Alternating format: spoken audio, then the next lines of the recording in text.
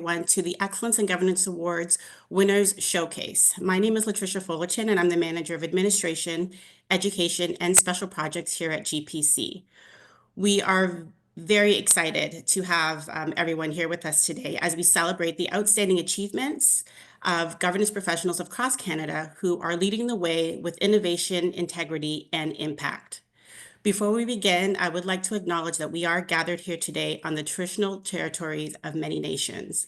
In Toronto, this includes the Mississaugas of the Credit, the Anishinaabe, the Chippewa, the Hautenosaunees, and the Wendat peoples. We recognize the enduring presence of all First Nations, Inuit, and Métis people and honor the knowledge keepers and leaders of these communities past, present, and emerging. As governance professionals, we reflect on how good governance can be a force for inclusion, truth, and reconciliation. In today's showcase, we're not just going to be celebrating the awards, we will be celebrating the award recipients of the 2024 Excellence in Governance Awards. In the showcase, they'll be sharing their stories of leadership, dedication, and impact that inspire us to raise the bar in our own governance practices. From diversity and leadership and risk management to stakeholder engagement and ethical stewardship, our winners represent the very best of what governance can be. So we'll hear directly from them today. They will share their insights and lessons learned in their work and the awards submissions process. We hope that this will spark dialogue, new ideas, deeper connections, and community within the governance professionals. And also, we hope that this sparks that you, the listeners here today, will submit a nomination for the 2025 Excellence in Governance Awards, which we will speak more to at the end of this session. So just before we begin, some housekeeping, please use the Q&A function to answer any questions. This is your time to really get the information that you're looking for in order to submit an award for 2025. And then you can use the chat function for any comments that may have. I will introduce right now Sylvia Groves, who is our judges panel chair, and she will be moderating the session for today. Over to you, Sylvia. Awesome. Thank you so much, Latricia, and welcome everyone. I really love this session because it really is all about these projects that we take on as governance professionals that are about ensuring that our organizations have governance that works for them. And so I'm really excited to do a little bit of a deep dive with 4 of our winners from this last year. So I'm just going to briefly introduce our panelists, and then we're going to spend some time with each of them. So first off, ATB Financial was GPC's 2024 EGA winner in organizational ethics. They set a new standard in ethical practices by embedding frameworks, metrics, and rigorous evaluations into their governance, AI usage, and third-party partnerships. So joining us today from ATB is Aaron Friedenthal, VP Legal Services and Assistant Corporate Secretary. So welcome, Aaron. Thanks, Sylvia. Next, we go on to TransAlta Corporation. They are our 2024 EGA winner in ESG, sustainability, and purpose. They have positioned themselves as a clean energy leader by incorporating green financing, something I hadn't heard of before the last year's awards, and comprehensive ESG targets into their operation. And joining us today from TransAlta is Dr. Gabriela Silva, the Manager of Sustainability. Welcome, Gabriela. Thank you. Thank you, Sylvia. Good morning, everyone. And our next organization represented is Stabilization Central Credit Union, the 2024 EGA winner in board and director effectiveness. They launched a governance toolkit designed to enhance governance practices and strengthen the boards and governance teams within their member credit unions. Joining us today from Stabilization is Paula Wilford, GPC.D, and Corporate Secretary and Governance Officer. Hey, Paula. Thanks so much, Sylvia. I'm super excited to be here. Awesome. And last and absolutely not least, we welcome Algoma Steel. So Algoma Steel was our 2024 EGA award winner in risk management, and they are leading Canada's industrial decarbonization effort by building an electric arc furnace that cuts emissions by 70% using a robust risk management plan to ensure the success of the project and to ensure that they become a leader in green steel production. Today, I would like to welcome Piyush Shukla, Manager of Enterprise Risk from Algoma. Hi, Piyush. Well, it's a discussion. Thank you. Awesome. Well, I thought it would be a little bit confusing if we kind of bounced around from panelist to panelist with the same question. So I'm actually going to spend a little time with each panelist, and then we'll come back together as a group and maybe answer a couple more questions that I have. So I'd like to start with you, Erin. And really, just if you can give us kind of a quick overview of what was your project, and kind of what inspired it. Usually there's some challenge that you're trying to overcome. So that would be great. Yeah. Oh, sure. Well, first, I just wanted to say thanks, Sylvia, for leading us through this conversation. And I think we all appreciate just the opportunity to share a bit about our experiences and some of the accomplishments we've had in this space. So thank you very much for doing that. And just quick thanks to GPC as well for continuing to put a spotlight on, on our organizations and, finding ways for organizations to share some of their some of the improvements that they've made in the governance space. So thanks for that as well. I think, I guess, our project was really about, we're in financial services, and financial services is really about trust and trustworthiness. And we take this idea very seriously. Trust is really important to ATB. And we've been incorporating AI into our operations since at least 2019. And it's been included in our strategic plan ever since. So it's really a key enabler for our organization. In 2022, we mapped out ethical AI principles we were going to incorporate into our usage of AI. And we adopted that into our AI governance framework around that time as well. So really just a key enabler for us in how we were going to incorporate this. As we were building out our capabilities in AI, we were continually onboarding new AI partners as well. And so IT partners, and we were just, making sure that as we were bringing them on, we wanted to make sure we were understanding what their capabilities were. And we were trying to understand, again, also just what it was they were going to be enabling within their systems if they were going to be incorporating AI as well. So at this point, we understood that we need to ensure alignment among, what we were doing with AI within our organization and what our partners were going to be using AI for as well. And how that was going to be deployed within our systems, and how it was going to enable our clients to do the business they wanted to do with us. So as we were going through this process, we also knew there were other broader issues that could potentially impact ATB and its reputation and the trust we have with our clients and other stakeholders. So we built out an onboarding tool. This is really the project we had, was to build out an onboarding tool to conduct an initial and ongoing assessment for all of the reputational pieces that we need to navigate. And just sort of wrap our arms around an understanding of all of these components. So this really allowed us to capture data about the critical vendors that we engage and manage the ethical and reputational risk that ATB is under, and how it's incorporated into our risk appetite statement, not just from an AI perspective, but really from a holistic risk perspective. So that was kind of what we were thinking about. What was some of the things?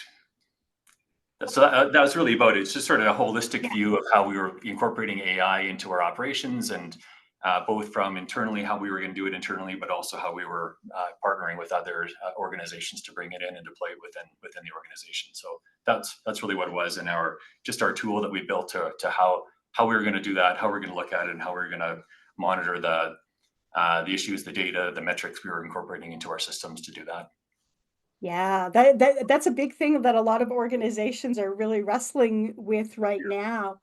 I know this will have taken some like innovative thinking on ATB's approach, because this is not something most organizations are used to doing on that broad of a basis. So what were some of the things that you had to kind of work on to work through and get the project bought in with the organization, any of Yeah, those kinds of issues? for sure. Yeah. I guess as we were looking, we were sort of looking outwards to see what others were doing, to see if there was something we could model this after. And I guess what we didn't see was that holistic view, and so that was really some aspect that we were trying to incorporate to manage the incorporation of these risks within our risk appetite statement. We also noticed and found for ourselves that it was quite difficult to both assess and measure all of the risks in a qualitative way, in a quantitative way, and so we were just sort of building out a tool that could do that qualitative measurement for us and allow us to report into our board. So that was a key piece of how we were going to go about doing this. That's really what we ended up figuring out, was just that whole metrics, how we were going to incorporate that in, how we're going to report on it, and how we're going to ensure that we had the qualitative aspect to looking at things. So some of the bigger challenges that we faced were really being able to piece together the data. I don't think it's a surprise that everyone's looking for data, everyone's looking for how it's going to incorporate into their risk measurements and how they're going to report to the board. And so that was really one of the bigger pieces, was how do we gather all that data together? How do we gather it from our third parties as we're bringing them on board? What might they give us? What weren't they going to give us? And so there was a lot of discussions about that. And so one of the things we did test along the way was we were looking at piloting a new ISO standard. So the ISO was looking at could we enable an external certification for AI partners?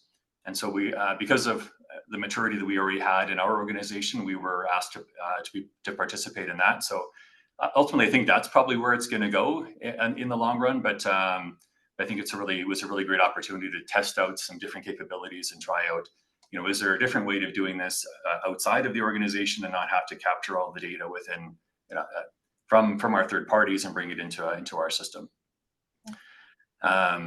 What Sorry. are some of the impacts that you've seen in ATB, Yeah. as a result of the project? Like, what's changed? What is the board saying about it? That kind of thing. Yeah, the board is really asking, I think because of where we're at, and what we're able to report into them, they're asking about more opportunities. So how can we move faster in the AI space? And how can we deploy it within the organization? And so I think we've actually been able to do that largely. So this year we deployed Google's Gemini Gen AI system within ATB. And so we were able to, for everybody in our organization. And so we were able to do that actually quite quickly. And we're really focused more because we have all of these things in place. We're able to actually quickly work on and look at, what are the opportunities for productivity advantages and things like that. And we're actually very comfortable with the organization deploying it and using it, and less worried about a lot of not that we weren't worried about the risks, but we had a lot of those already mapped out and covered off from both a reputational perspective and from a cyber and IT perspective. So it was more of an exciting opportunity to deploy it. Yeah, that's a really big thing. I know so many organizations are some teams are getting pushed to adopt AI, but there isn't really an organizational understanding of it yet. So I think the work that you've done is really, really important. So I mean, I can't imagine this not involving almost everyone in ATB. Like, what was the team that was really leading it, and what were the other kind of key players that you were working with? Yeah. Well, we have a dedicated data and AI team within ATB, and so they were some of the key enablers within this whole system. And that was really that was who we partnered with. Within our we had sort of risk management group, we had data and AI, we had our governance team that was working together to build out some of these metrics and how we're going to incorporate this into a risk appetite statement. We would leverage our third-party relationships team because they were going to be dealing with our third parties and how we would capture the information from our partners and sort of incorporate that into our data system. So quite extensive, really trying to figure out how we can deal with all these different parties within ATB and externally as well to gather this information and make sure that we had dashboards and other places to bring in the information and also report it within the organization and to the board as well. Yeah. So yeah, lots of interesting partnerships there. I think we learned a lot, and it was just really great experience to be able to connect with others and teach them a little bit about governance as well. And yeah, so sometimes that's really nice for the governance office to have that reach into the rest of the organization and have them understand, because I know we're misunderstood so much of the time. So that's really awesome. A curiosity, like, were there any things that you learned along the way that you just like you weren't expecting, or were there some like key takeaways that you're like, oh yeah, this is really good, I'm going to be able to apply this kind of elsewhere in the governance office's work? Yeah. We were actually just chatting about this a little while ago, and I don't think there's actually anything earth-shattering, but I think really just maybe more of the usual lessons, like you know, in hindsight, looking back, just a pragmatic approach to governance is really important. And I think, you know, we kind of went in thinking we were going to have to, like, this is the way we're going to approach it. And as we started, you know, engaging with these groups, our stakeholders, whether internally and externally, we really realized that we have to come around doing something that's going to work for everybody, and it's going to, you know, make sure that we're enabling something within the organization, but also working for everybody. So it's not. So I think that's really a good governance lesson. I think you can't just go in thinking this is the way it's going to be. It has to actually work within the organization. It's got to be fit for purpose, but it's also you have to listen to others and make sure that you're getting to where you want to be, but not pushing too hard and, you know, making it uncomfortable and you know, making a lot of work for everybody along the way. So I think that was one of the key things there. And I mentioned stakeholder engagement again. I think that's like really just, I don't think it's these aren't really big surprises. Like, I think you learn a lot of the same things over again as you're going through these projects. And I think you just learn, you know, to use the things that you've learned in the past. And it's always a good reminder. Like, I don't think you go in thinking you're going to do certain things a certain way, and you have to sort of get your head around, you know, listening to others and bringing in those learnings from what they've done before, and just doing things in a way that's going to work for everybody. So I think that's what I would leave it as. Yeah, and just to me, there's this funny analogy there too, because in a lot of ways, that's what a really good board does, right? Like they come together and they've got all these perspectives, and you think, you know, everybody walks into the meeting thinking, oh yeah, I'm pretty sure we're going to do this, and by the end of it, you actually come out, you know, having had to adjust along the way. So it's interesting how that gets reflected down the model there. Awesome. Well, one of the other questions I'd really like to ask you, especially because we're, you know, encouraging people to think about whether their organizations are doing some interesting things that are award worthy, is what was it that inspired ATB to bring this project forward for a nomination to the awards? Yeah. Good question. So we've actually been participating. I think we put in submissions for probably each of the last 10 years or so. And I asked Stuart McKellar, who was doing sort of this role in our organization, you know, at that time, and he was making some of the submissions at that point. You know, why did we start doing this at the beginning? And he said, like, you know, being part of this, the submission process, you know, provides an opportunity for the team to take a deep dive into our governing structures. And we don't always do that in a holistic sort of looking at things from an independent and external perspective. We kind of just go through the motions of doing things, and then you kind of go, okay, here's where we're at. But started looking back and going, okay, what did we do and how did we do it? I think you get that perspective when you make these submissions. And it's also just an opportunity for us to share our models and almost get an independent assessment of what we're doing too, right? We built everything internally within our organization, and we don't always, you know, look elsewhere or get, you know, independent third parties to assist us with these things. And so, you know, making a submission and getting someone else to take a look at it and go, is this, you know, are we doing something unique? Are we doing something different? I think it's always a good opportunity. And I think we've done that, you know, we've made submissions for probably 10 years or so now, and I think that continues to be the case. We continue to iterate on our governance model. We continue to incorporate different things, different tools, and different systems into the way we do things. And it's always a good opportunity to just reflect and write everything down. And whether we win or not, obviously, you love to win, but at the same time, I think it's always just a good opportunity to do that reflection. So. Yeah, that's a really cool kind of way of thinking about it. And I think that's something for audience members to think about. This is an opportunity once a year, and sometimes it might actually be kind of, doing a better descriptive version of it that could be part of your disclosure to members or to shareholders, as the case may be, right? So I think there's a lot of value in it. It's not just about the nomination process. And I also love that thought about, governance. For those of us who are in it, we get it. It's iterative. It's changing all the time. It's a moving target. But it's also another way to help others understand that that's kind of what goes on as well. Awesome. Well, thank you, Aaron. It's really interesting. I wouldn't be surprised if your phone is ringing off the hook later about, okay, you've dealt with AI in a really thoughtful way, and we want to do that within our organization. So thank you very much, Aaron. My pleasure. Thank you. Awesome. Okay, well, Gabriella, we are going to turn over to TransAlta's project and talk about some of the things around that. So maybe if you could just kind of start us off with a brief description, and then we'll dig a little bit deeper after. Sure, absolutely. Good morning, everyone. So before I start talking about the project, maybe I can give a couple of seconds just to talk about TransAlta. For those who do not know TransAlta Corporation, so TransAlta, we're an independent power producer.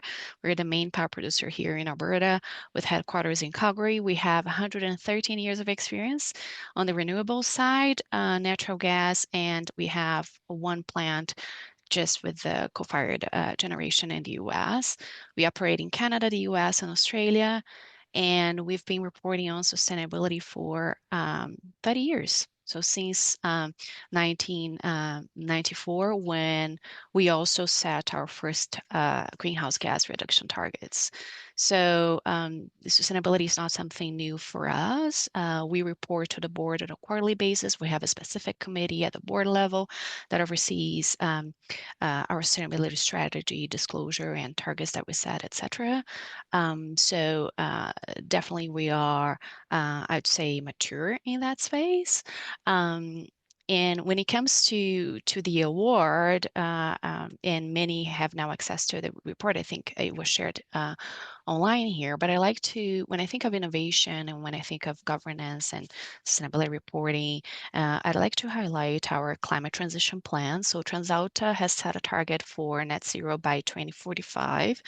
And as part of good practices in sustainability and climate, we were asked to actually share what is the transition plan to get there. So in 2022, we put together a climate transition plan, and I'm extremely proud of this plan because it covers not only the reduction of GHG across the fleet, but we also were able to include pillars that I consider to be material pillars like innovation and technology, sustainable finance, inclusive transition. So really addressing not only the communities that are impacted by this transition, but also our workforce. So we talk about things like equity, diversity, and inclusion, right? How do you attract specific skills to the organization? How do you keep these people interested in your organization? We also have another pillar that talks about value chain. So the emissions that are outside of TransAlta, which for many, for those who are familiar, would be our scope 3 emissions. So anyway, so we tackled many components to actually look at the energy transition more holistically. And I think if I were to highlight one piece of the submission, I think it would be that one. Yeah, that's interesting. I'm sensing a theme here, and I know from having looked at the submissions for the other winners too, that holistic is a big thing right now. Like, can we get a good understanding of this as a whole and how it's impacting us? So I know, again, you've been doing this for a long time, so it's kind of interesting to think about the innovations piece of it. And I think probably one of the things that we on the judging panel had noticed particularly was this idea of green financing, which was really interesting. I wonder if you can touch on that for just a moment. Yes, absolutely. I can share that. So, so in terms of sustainable finance, there are tools, financial tools that you can use to go through the transition and to finance your facilities. In our case, we had put in place a couple of instruments to be able to facilitate the construction of our renewable energy projects. So I'm going to be reading here on the data. So we did issue 684 million in green bonds, and we did convert 2 billion of a revolving credit facility to a sustainability linked loan to support again the construction of facilities, and many of those facilities actually support our customers' clean electricity goals and objectives. So most of our clients in those days, we were talking 2023, right? When we submitted for this award. So they were looking to clean electricity. And so these were instruments that we put in place. Not many organizations in our space make use of sustainable finance as a pillar. It's more prevalent in other sectors, but it's something that we identified as being consistent and in alignment with our goals. Great opportunity for the Exactly. Yeah, organization. yeah, Yeah. yeah, yeah. So what are some of the impacts that you have seen coming out of this? And maybe if you want to take the tack, it's up to you, of, the having the award and having that recognition. Is there, beyond that, like, what kind of impacts have you seen internally and externally based on the projects you've done and the award that it's garnered? Yes, absolutely. So I think, as I've mentioned, we are a very mature organization in that space. But what I'm going to say is that receiving external awards, there is a difference between uh, uh, Gabriella saying internally, we're awesome, we're doing all these things, and then all of a sudden, like, there's a bunch of other people that are actually recognizing that we are actually awesome, we are doing a great job. And again, of course, there are challenges, right? Like, we all go through internal challenges and trying to push what makes sense for the organization. But I'm going to say that specifically this award, so at TransAlta, we've been receiving multiple awards when it comes to sustainability, ED&I, workforce, etc. But this one was very important for us because it touched the governance piece, right? And when I think of the future of sustainability, the future of climate as it pertains to reporting, as it pertains to the way you're communicating to investor, the governance piece is so prevalent right now. I'm going to say that my team, when it comes to before we report something, we're spending more and more time on the governance, the controls, the boundaries, the sign off of everything that we're doing before we even communicate things externally. So I'm going to say that piece was extremely important for us. And I think receiving that award just tied to what we are seeing and what I'm hearing from my peers as well, that many of us sustainability practitioners are more and more focused on the governance side. That's an interesting aspect that I hadn't thought of before, but you kind of start out in sustainability and you end up needing to become quite converse in governance and structures and frameworks and approvals and process. Yeah. That is a little bit off to one side of what you're really focused on most of the Yes. time. So Yes. that's really interesting. So what were one of the challenges for TransAlta through, I guess, again, you've had this like long history, with that kind of idea of what were some of the key challenges and the lessons that you apply, each year as you do more and you do something different and you kind of add to where you've already been? Yeah, absolutely. So I think one of the challenges I see today is, specifically here in Canada, you may or may not be aware of the fact that we now have a bill C 69 that tells us that we cannot 59. I think, sorry, Yeah, I think it's 59, that but I'm tells not us the sure. greenwashing. Yes, the greenwashing one. 69 is another one. The greenwashing piece. And so with that, it has been not for us, but for many of my peers, it has been difficult to gauge the balance, because you want to be able to communicate externally and to investors what you're doing and how you are progressing towards your goals, including your climate goals. But at the same time, there is risk to that, right? And again, if I think of the governance, this is where the governance piece comes into play, right? Does your board have oversight to, what you're disclosing, how you're disclosing, how you're defining some terms and boundaries for your data? We were just talking about AI and data, right? So I think that this is where I see the challenge, but with that, I also see opportunity, because I need to change my brain and, okay, where's the opportunity here for us?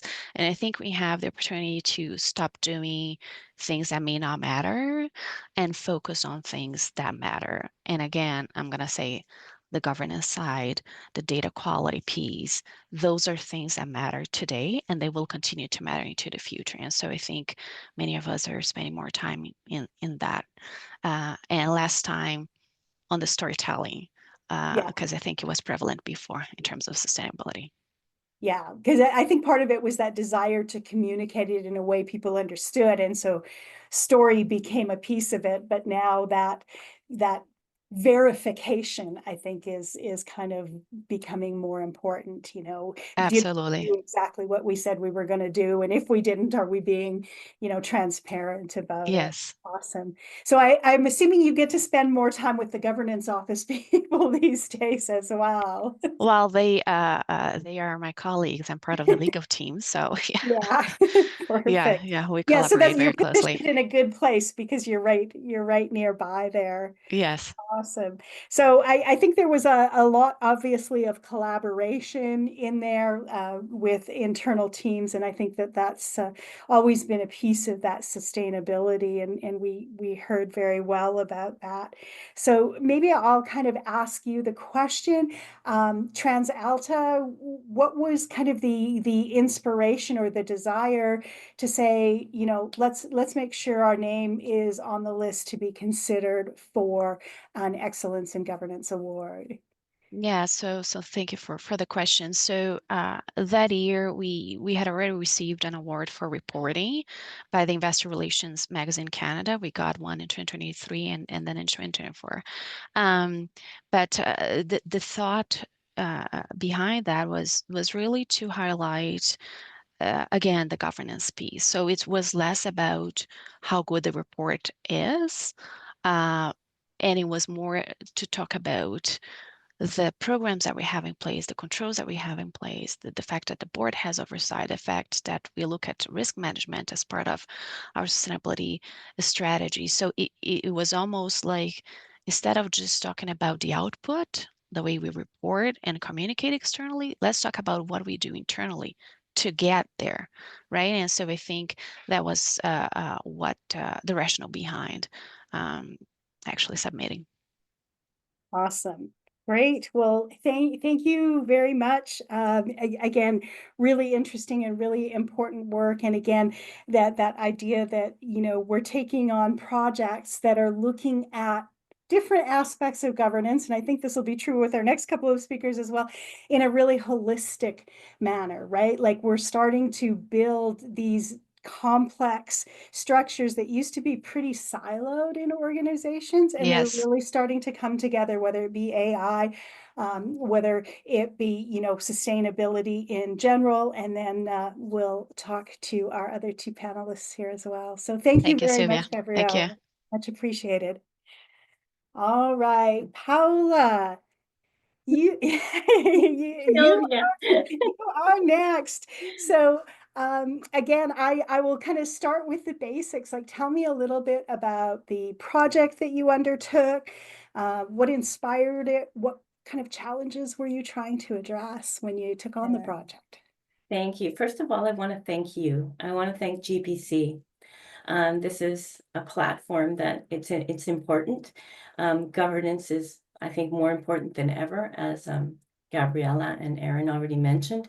The world is changing, and I think that what is going to help organizations move forward is to have good, solid governance in place and a board that is overseeing the business, the risks. So yeah. I'm really proud. Our organization is so proud of this award. Like, we were tickled pink. You know, there are areas we want to be awesome at everything we do. That's not possible.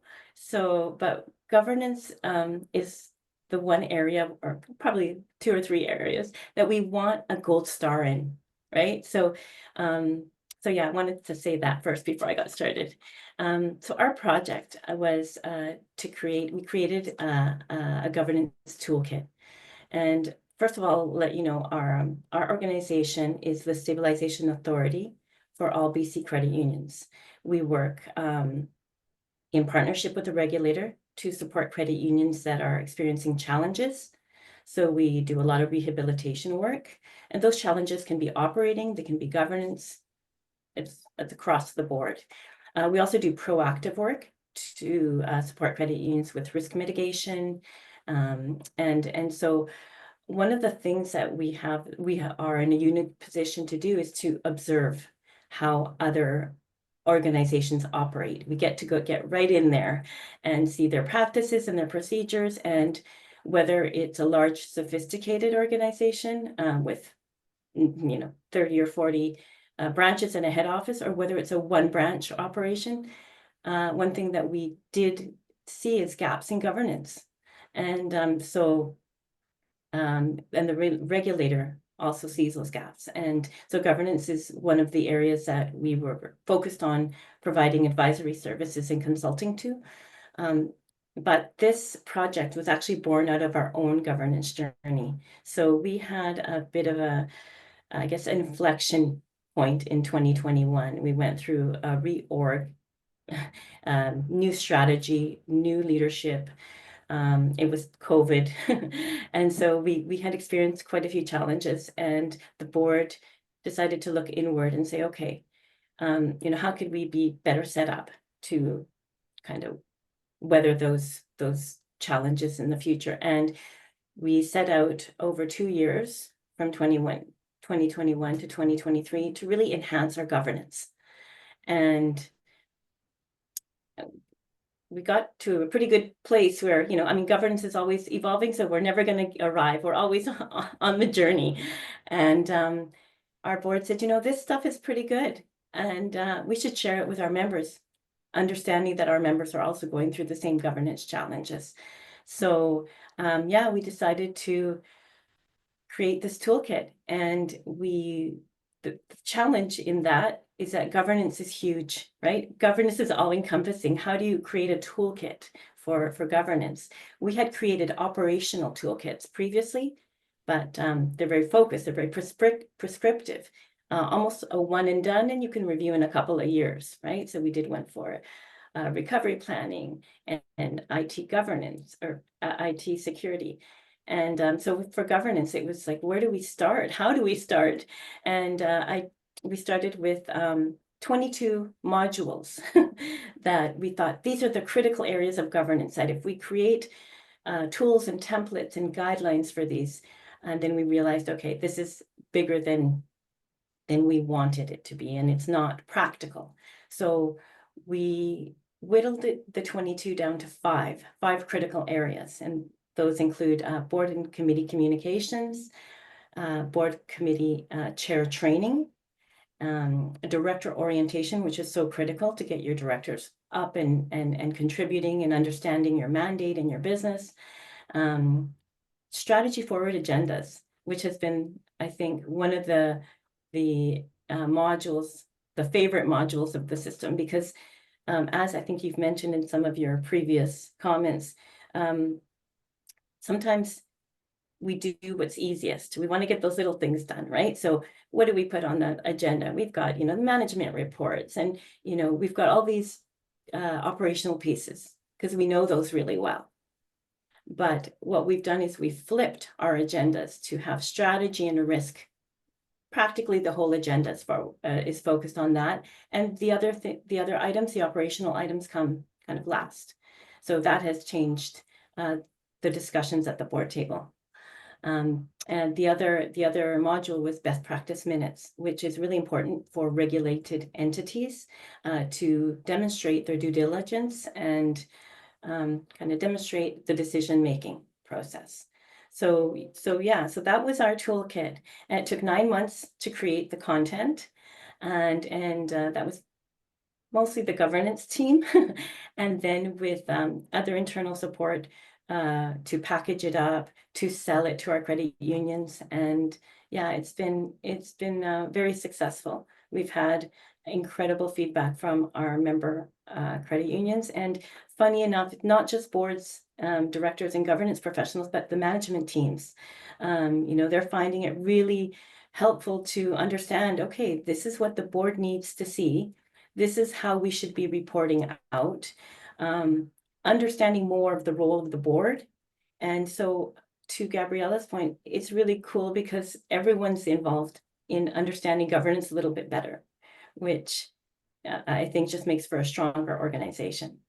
And so yeah, that we've had really positive feedback. And in fact, we have sold the toolkit, not just to BC credit unions, but to organizations in Saskatchewan and to Atlantic Canada. And we're in the process of licensing it with another organization, which will take it to another jurisdiction. So yeah, that you said so many things that are really cool that are all kind of coalescing in my mind here. It's like a lot of governance, and I think that's not always understood, and it's not always understood by our own management teams, is what the board's job is versus what management team's job is. And we get these people who come up through the organization, they get appointed to be a VP of something, but nobody ever sits them down and says, okay, this is what the board is, this is their job, this is what you need to do to support them. So I think we're starting to recognize that governance is very much about that bridge between the board and the management team. How do you communicate well? All of that good stuff. And then you were talking about, yeah, we like to do what's easy. And I think the projects that we've already heard from Gabriella and Aaron, and we'll hear from Piyush as well, is we're really looking at, let's do the hard thing first. Like, let's make the hard thing our focus, because it's hard to, bring in all these aspects. It's hard to make sure, we're getting and we're collaborating and making sure everybody's point of view is taken into consideration. And so I think that's really cool. I think that, as you touched on those, I was starting to see how really, I think really high quality governance is a lot about doing the hard stuff first, including putting the difficult conversations to the board at the beginning when they're feisty and fresh, not after 3 hours of meeting doing easy things and getting them off of a list. So that's really cool. As far as like a challenge with the project, was there anything particular that you faced that was, kind of difficult to get past? What was the lesson that you took from that going forward? yeah, so I think one of the challenges was whittling down 22 modules to 5. The essential ones that we think will move governance forward. That was a challenge. And this might be good advice for other governance professionals out there. But one of the challenges we came across was that, so we got right into the creation of, we're going to create this content and it's going to be great. And I'm not such a detailed person. I'm more of a love the creating piece. And my CEO gave me full license to go ahead and just go for it. And then, there's other people in the organization that are like, wait a minute, we're project managers. This isn't how things work. And so I think as advice to others out there, start with a framework. Start with a framework, cost, a roadmap, if you will, and look at what resources you have. What resources do you have internally? What do you need from outside help, from experts like you, Sylvia? Where there's people that's their bread and butter. There's help out there. So, rather than just putting pen to paper and create, blue skying, I think that there's a bit of structure. And I think I ran into that a little bit, kind of 8 months into the project. I was like, I have all these wonderful ideas, and it's like, oh, geez, I got to put them into a into a framework, and the project manager was like, oh, what'd you do? But yeah, I think that was one of the challenges for sure. Yeah, understood. And so what have you seen as, I know you talked about some of the outcomes within the system and with your members. What about internally and with your own board? What kind of reactions have you seen? What kind of impacts have been on that?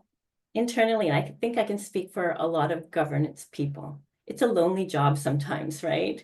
And people don't even really understand a lot of the times what you do. I think internally and externally, it's really showcased governance and how important it is. And, our board is very proud. We have very strong governors on our board, but they have also admitted that they've learned a lot through this process and overseeing this process. And I think a lot of times we think we're doing things that are, best practice. We like to think that we're doing a great job and pat ourselves on the back. And it's not until you see what's happening out there, like what Erin's doing, what Gabriella's doing, what Piyush is doing. Those things are, wow, they're out, outside the box, and it's inspiring. But I think having an award to say, yeah, you are on the right track, and you are doing something that's contributing to your members and to enhancing governance across the province and across the country. Awesome. Awesome. Well, thank you for that, Paula. I think I'm picking up on another theme here too, that idea of pragmatism or practicalness. Like, it needs to work. Like, we have to build these systems that are going to work for us. Ideally, in the long term, and yes, they're going to need adjustments on the way. We never get there. There is no there, is my point of view.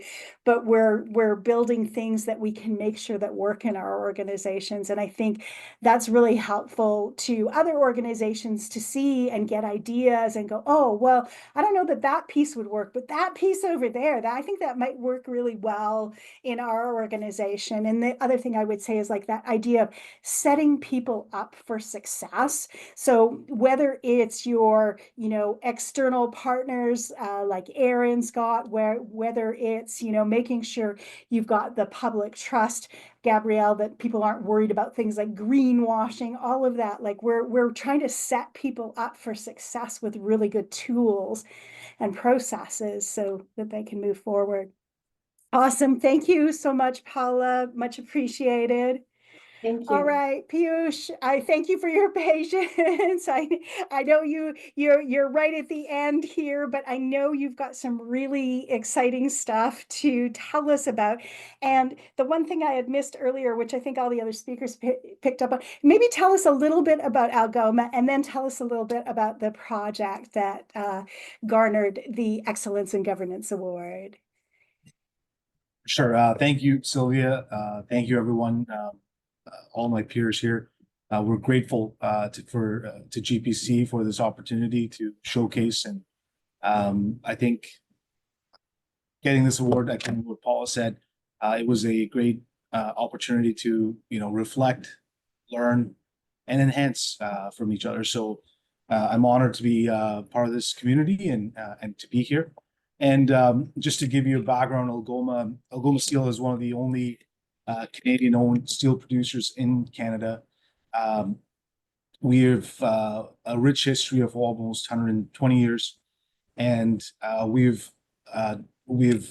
taken on a transformational project that's going to fundamentally change the way we do business, which is constructing our nearly $1 billion electric arc furnace. This project not only enables Algoma to be the leading green steel producer in Canada, but also helps achieve Ontario its climate change targets. And it's one of the largest industrial decarbonization projects, which internally will reduce about 70% of our carbon emissions. So that was our project, and to ensure that we had the best.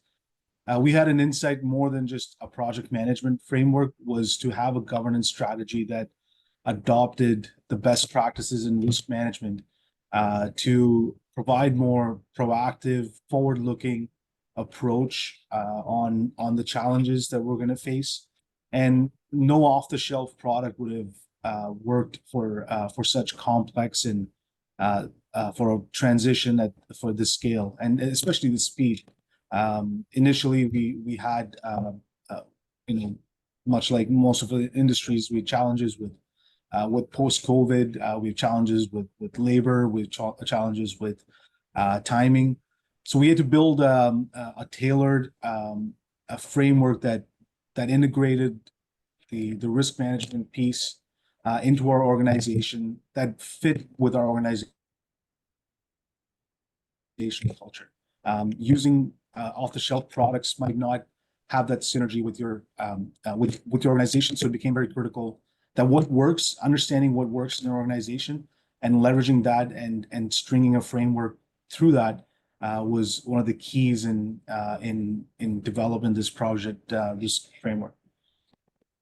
I think one of the key innovations that we had in our approach was institutionalizing cross-functional deep dives. So breaking down this big project into more approachable, more functional work streams, and creating these workshops that weren't ad hoc, but they were recurring, they were purpose-driven, and sessions that were focused on early identification of issues and swift mitigation implementation. I think one of the themes that Sylvia, you talked about today was doing something that works, getting something that works. And through the advisory committee that we had, through our external consultants and our executive team, we tailored this solution so that the core of the solution provided real-time insights and real-time deployment of strategy and mitigations, so that they weren't caught up in bureaucratic decision making, and we could quickly act upon and de-risk situations. So we applied a combined qualitative and quantitative lens, enabling us to prioritize what truly mattered.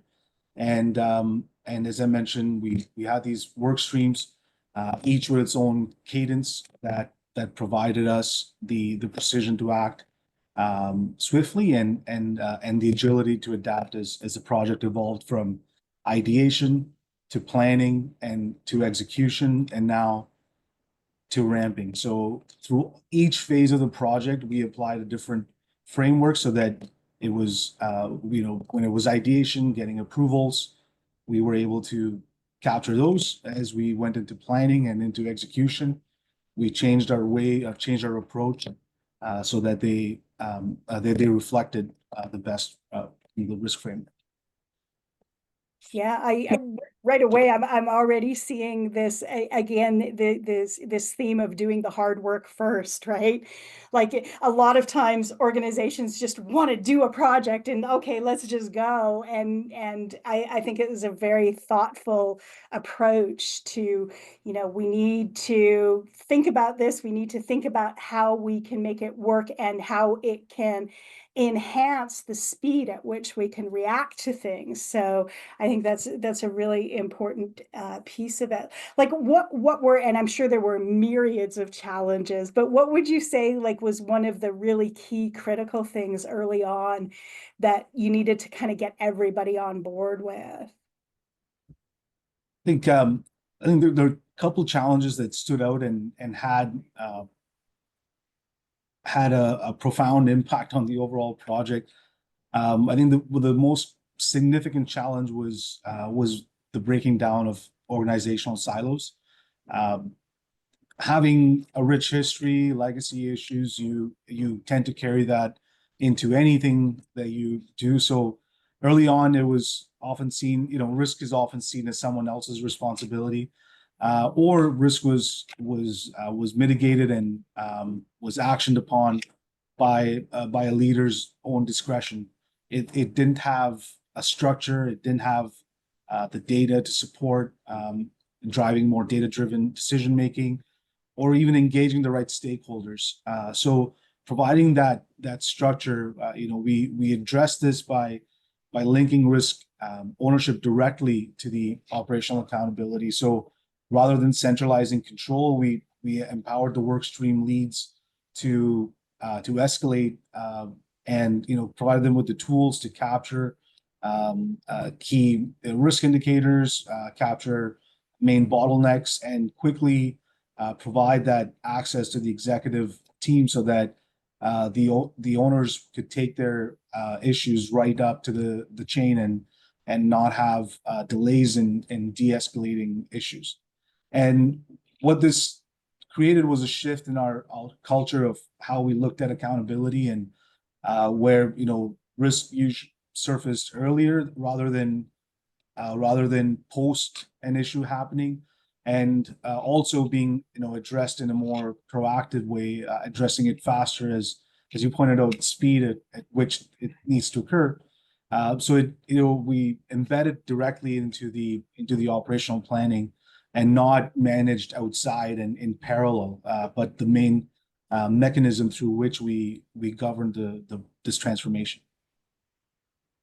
Yeah, that's awesome. I'm hearing some other things too, again, that I think are common with all the submissions and all the award winners, is this idea of building capacity within the organization, right? So building this long-term capacity, ability for people to know, what should I do if this happens, right? Which I think is really important. So the governance is kind of, it's almost trickling down from, this kind of governance is the senior managers and the board, to how can we kind of apply that throughout the organization from a risk perspective, from an operating and sustainability perspective, from an AI perspective, from a how do we support our members perspective. So I think that's really interesting in how all of the submissions are kind of coming through with that. And also this idea that one size never fits all. Like a lot of times there just is some of the work that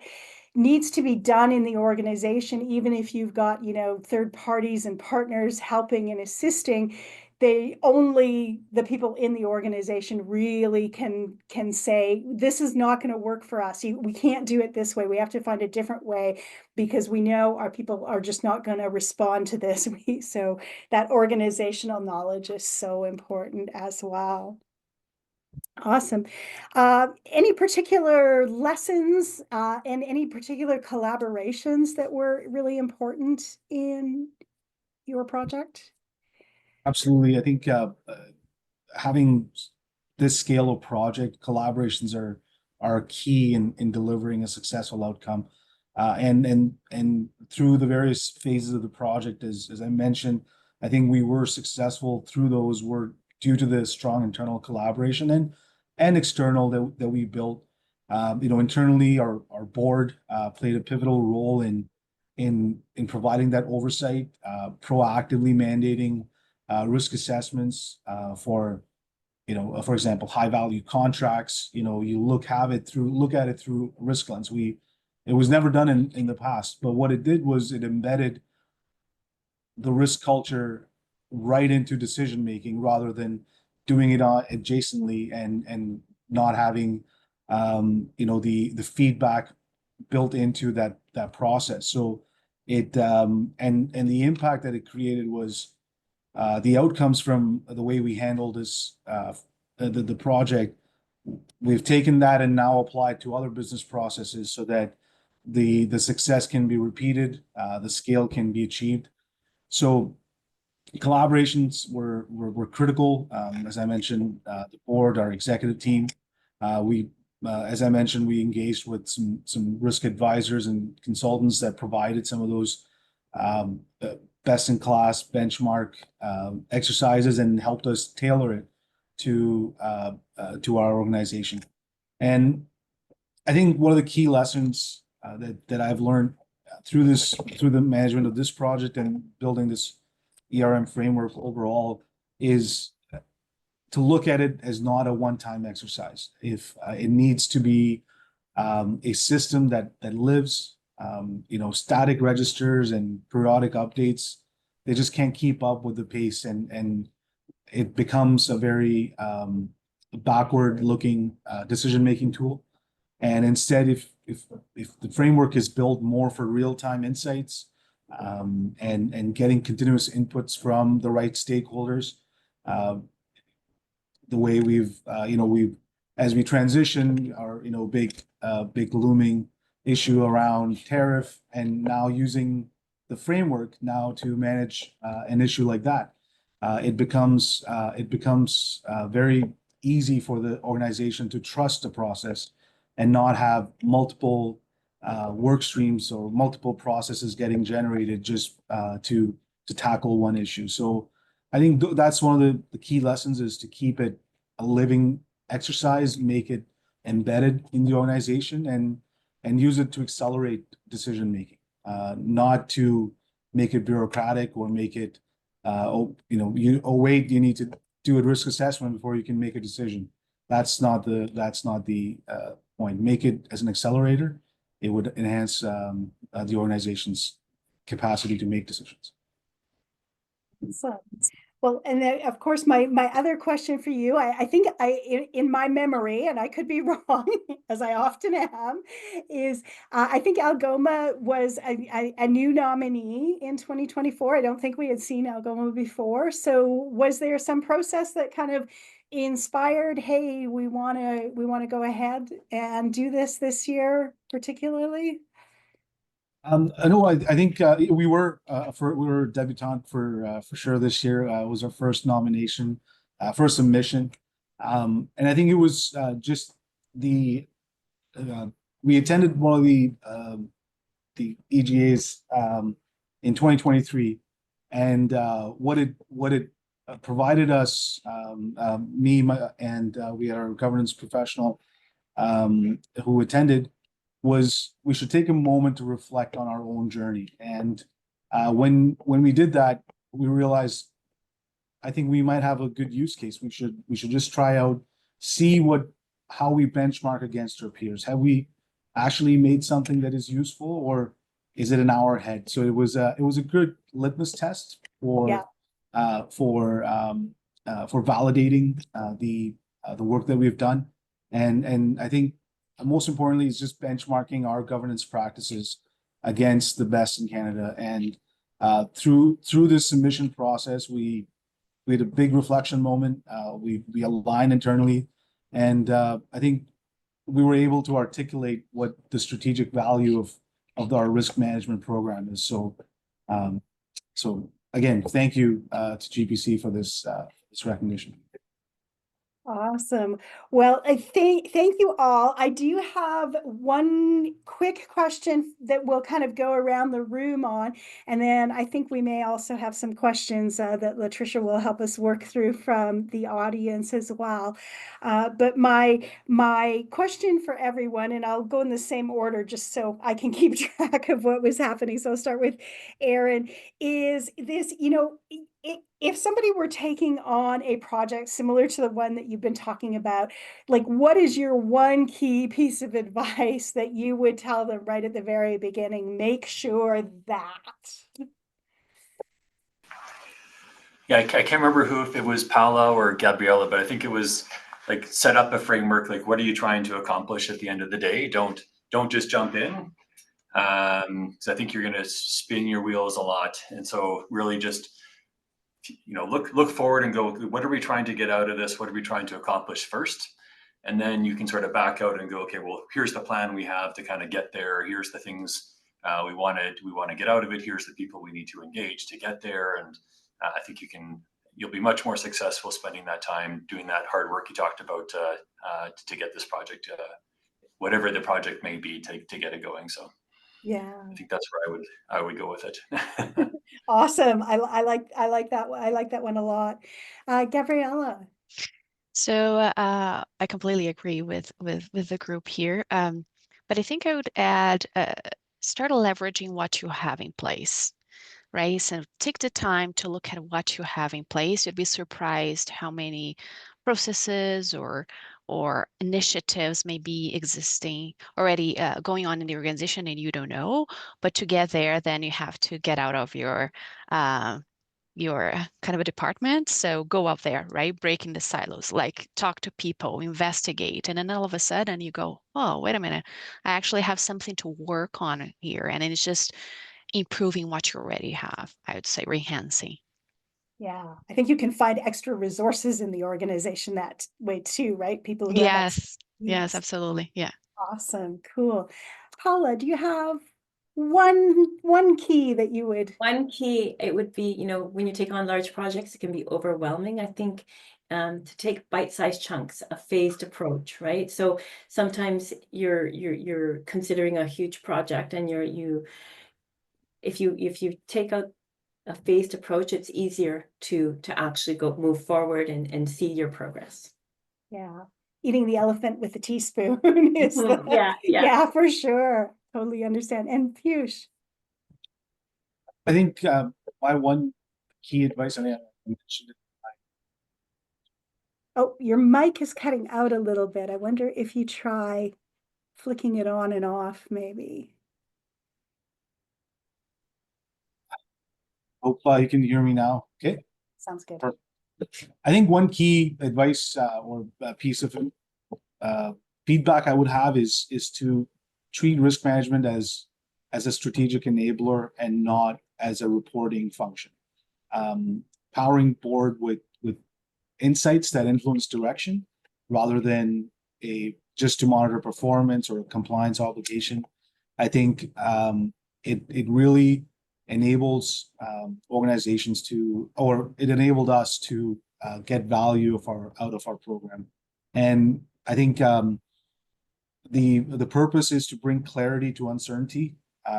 Sometimes it's difficult to evaluate situations, but having a good framework in place that at least provides some color into uncertain situations in that black box, I think you're going to continually enhance value in the program rather than keeping a tailored approach and not enhancing it over the course of time.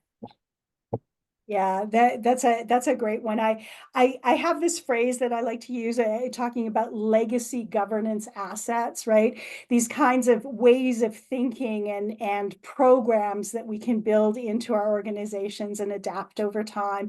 And I really like the way you said that idea about thinking about risk management as a strategic enabler, right? Because we always, from a board's perspective, we're always connecting risk and strategy. We can't have strategy without knowing what the risks of it are, and we can't have risks if we don't know what the strategy is. And so I think that's a really important piece that organizations are always like working to right size. And so great wisdom there. Thank you for that. Awesome. Well, Latricia, I'm curious, do we have questions that have come in from the audience at all? I'm suspecting there might be one or two. Yeah, actually, I do have a couple of here. And it's a question I think it's for everybody, all of our panelists, in terms of the culture. After winning your awards, how did it impact your organization's culture?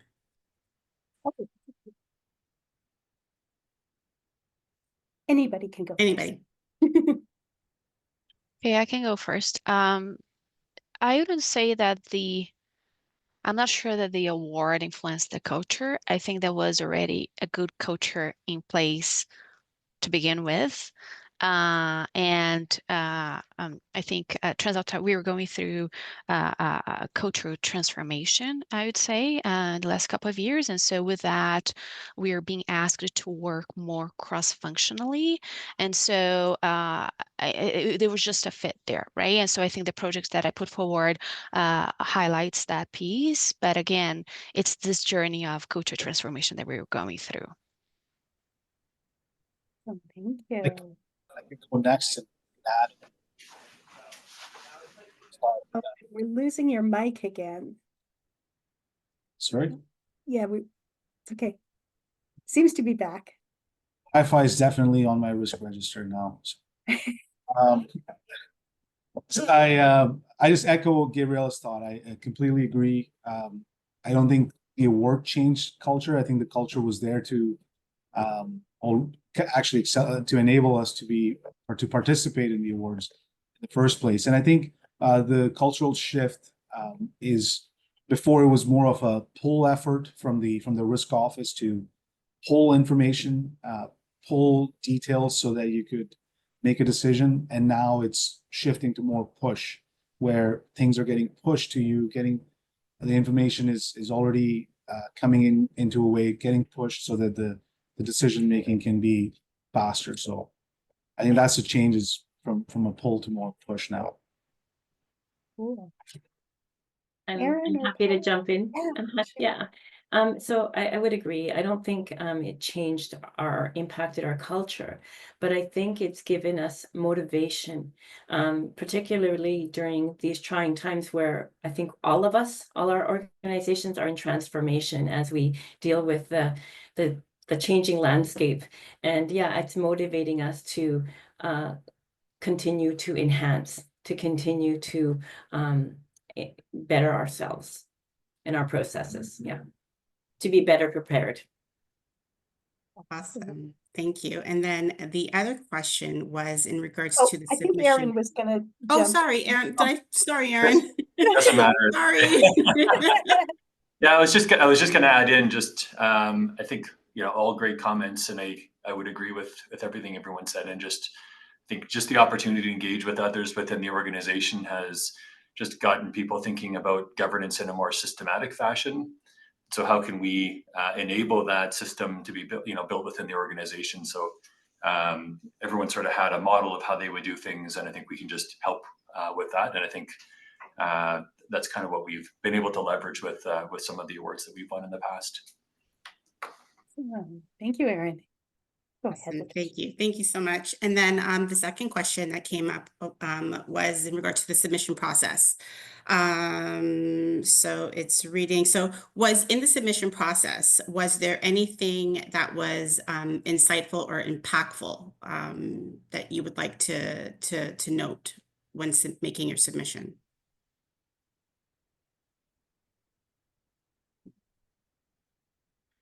I think they're trying to is if anything stood out when you were creating that submission, was there anything that stood out that made it more impactful? I can get it started again. I think for me, from my perspective, when you start thinking about everything that you've done and all the steps and all the people involved and everything, all of a sudden you go like, I didn't realize that it was this kind of thick of work. And so I think, and I think some of the panelists comment on that, on the fact that, when you actually take the time to do a deep dive to submit, I think it was Aaron who mentioned that, then you realize how much you've done and how much you've accomplished, right? And I remember after we finished with the submission, I said, "Wow, this is great material. We should use this material for other purposes, internally and externally, because you actually took the time to go through and think, right, of everything that you've done." Yeah, I agree, Gabriela. We actually created a submission before we created an account. So we had this beautifully packaged document. Then we opened the account and said, oh, wow, we're just gonna insert everything again. But it actually served as a really good reflection point for our management team and for our board. It was a document we could share and say, look what we did as a collaboratively, right?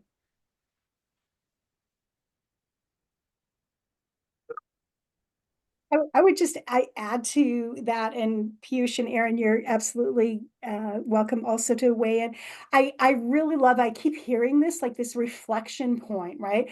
I think we can add value in, nominating, going into the awards. It's not necessarily about the award itself, but it's about, hey, it's going to force us to build this out and set up this format that is going to be a really great version that we can use for communicating to the board, communicating to others. Hey, this is part of the role that the governance office plays, right? If that's misunderstood in the organization, communicating to the board all of the resources that were required to bring that together. So I think there's some really cool opportunities around that as well. Awesome. Aaron, Piyush, did you have anything else to add to that question? I was just going to say, like, I think we've gone through the process, a number of times, and I think there's actually been a few times where we've tried to have our narrative organized around what we're going to, what it is, and we've actually pulled them back sometimes and gone, okay, I don't think this is one where, like, if we can't tell a good story around what we've done, then I don't think we've got a good submission for this one. We might have some different pieces of things that are kind of or we think are interesting, but if we can't sort of piece it together, have that holistic perspective on it, then it's not really one that we're going to go forward with. But we always try to have, like, so what's an underlying theme that we've sort of addressed through this through the process, and that's part of the storytelling we have when we're trying to put together our submissions that we've done. So I think one of the learnings from the submission process was, because you're living and breathing this risk management process, you get into a state where you start using those complex language. And I think through the submission process, we had to distill a lot of the complexity into simple process. And sometimes one of my advisors and mentors always said, the more simple you make it, the better it is. And it's actually one of the hardest things to do is to simplify complex issues. So I think through the submission process, we had the opportunity to kind of do that and reflect, as Sylvia mentioned, to and actually it helps us enhance some of the existing processes as well. So I think two takeaways were we're simplifying this big complex thing that we built and actually gaining some enhancements out of that. Awesome. Thank you. And that's it. Those are the two questions that we have. So that's it. Well, thank you so much. But I think that's that question was a really good segue into the 2025 awards. We at GPC, and for the EGAs and Sylvia and all of the winners, we are missing two winners that received awards for the 2024 awards that couldn't be here with us today. But you can see that for the Excellence in Governance Awards, that we accept nominations from all areas, all organizations. It's not just sector specific. We would like, and we have awards from large companies, non-for-profit organizations, government organizations. Anybody and everybody can submit an award, and it's really just hearing your stories. It just shows that it's that question that you think, yeah, I am doing something, or you implemented a process that really worked. And those are the stories. And Sylvia can attest to that as a judge who looks at the submissions. Those are the stories that that we want to hear, that you want to hear to receive these types of awards. Sylvia, can you talk a little bit more about that? Yeah, I mean, certainly from a judging perspective, one of the things that I'm always focused on, and I'm only one of the judges, but nevertheless, I'm always focused on this idea of is there something here that somebody else might be able to take and apply to their organization? Not necessarily, just slap it on in a holistic way, but get the idea of, oh, hey, this is something that we could really use to look at within our organization and figure out how to do it. And there's some ideas in here of what we can take away. So really having a good understanding of what it is that you did and the impacts that it had. I know going through I think there's like 6 questions in the nomination package that really kind of helps tell that story. And I'm always looking for things that can be explained simply, as Piyush mentioned, so that people can actually go, oh, hey, I get what they're talking about there. Yeah, we could do something like this in our organization. I think that's part of, GPC's whole idea behind this is, highlighting these wonderful practices of great organizations that can actually make a difference for other organizations as well. So that's always something that's really important to me. Sylvia, Awesome. can I mention something? So I was always since I've been a part of GPC for many years, I used to look at these awards and say, wow, look at those organizations. I don't know if we'd ever, be good enough to submit an award for an award. And it was someone else outside the organization who said, this toolkit's pretty cool. You should try. And we're like, oh, really? And it's, I think for all those out there that are kind of on the fence, should I submit? Go for it. You have nothing to lose. And even going through the process of doing the submission, completing the submission, you're going to reflect on all the work that you've done and what we've already talked about, something you can share with the board and with your organization. Yeah, and I will pick up on something there too. I think there's sometimes a hesitancy for organizations to self-nominate. And what's hard about that is unless you happen to be working with someone, as one of your third-party assistants that knows something about the EGAs and know that this fits into one of their categories, those people probably aren't going to think of nominating you. Your board is probably not going to, necessarily do that either, because maybe they, feel that's not quite the right place for them to be.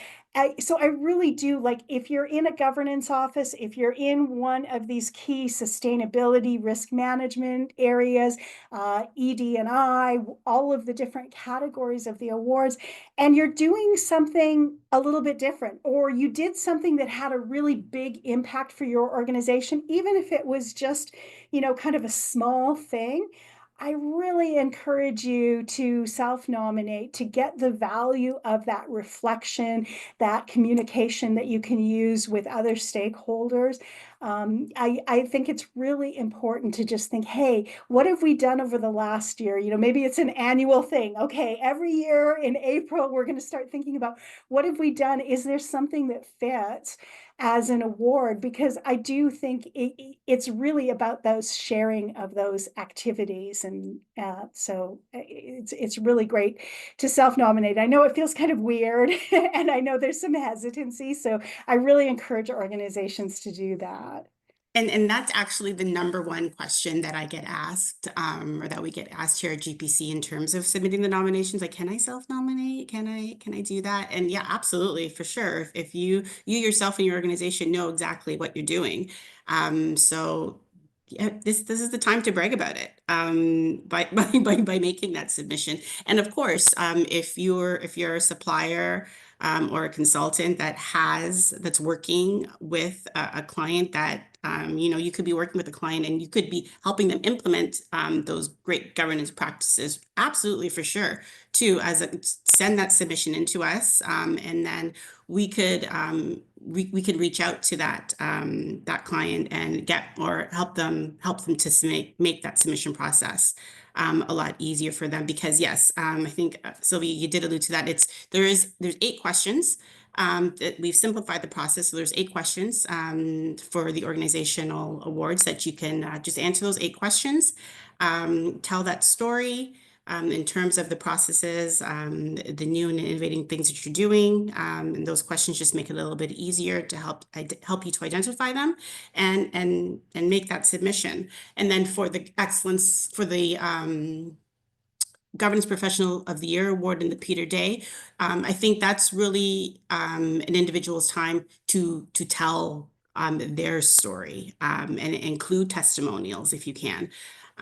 But yeah, definitely, it's really making that submission is the organizations and the individual's time to shine and tell their stories. So with that, the submissions are currently open right now for the Excellence in Governance Awards, and they will close on May 30th. If you have any questions, I've put the link into our website in terms of the submission criteria and any deadlines that you may have. And also feel free to reach out to any one of us here at GPC, including myself, and we'll be more than happy to answer any questions that you have. Did anyone else have any questions at all? Comments? Awesome. Okay. Well, thank you so much to all of our panelists here for taking the time to speak to us today. I know at the EGA Awards dinner, there's not a lot of time given, so we created this showcase to give you that time, so you can actually it's always good to hear it from the horse's mouth in terms of telling those stories. So I'm really glad that each one of you took the time to meet with us and to speak with us today and to share your innovative stories and your innovative approaches in terms of your leadership. So thank you very, very much. I would like to say that, that their work does not only benchmark the excellence in governance, but it shows that it's possible. When you put integrity and inclusivity, the impact that it could make in your governance office. So I really do, and we really do encourage everyone that's listening here today to make that submission for the 2025 Excellence Governance Awards, and hopefully we can see you across the stage. So as I said, all the information, I have put the links in our website, to the website in the chat. I've also linked the judges report there as well, and that just helps tell give you the judge's point of view in terms of what it is that they're looking for when it comes to awarding these organizations for their excellence in governance. So if no one has any other questions, again, thank you all for being here today. Thank you so much, Sylvia, for moderating. And we hope to see you everyone at the awards, which is on November the 13th in Toronto. So we'll hope to see you all soon. Yeah, and Take I care, just everyone. want to send out a huge congratulations. I don't think we ever got to huge congratulations to everybody here today and the other two winners. These are Canada's National Governance Awards. Like, this is a really big thing, and it's such a cool thing to be able to share those practices. And thank you for the work that you put in, and thank you for having these organizations that are really looking at good governance as a key part of what makes the organization successful. So congratulations to all of you. Congratulations. Thank you. Thank you, everybody. Thank you. Congratulations all. Bye-bye. Take care. Bye-bye.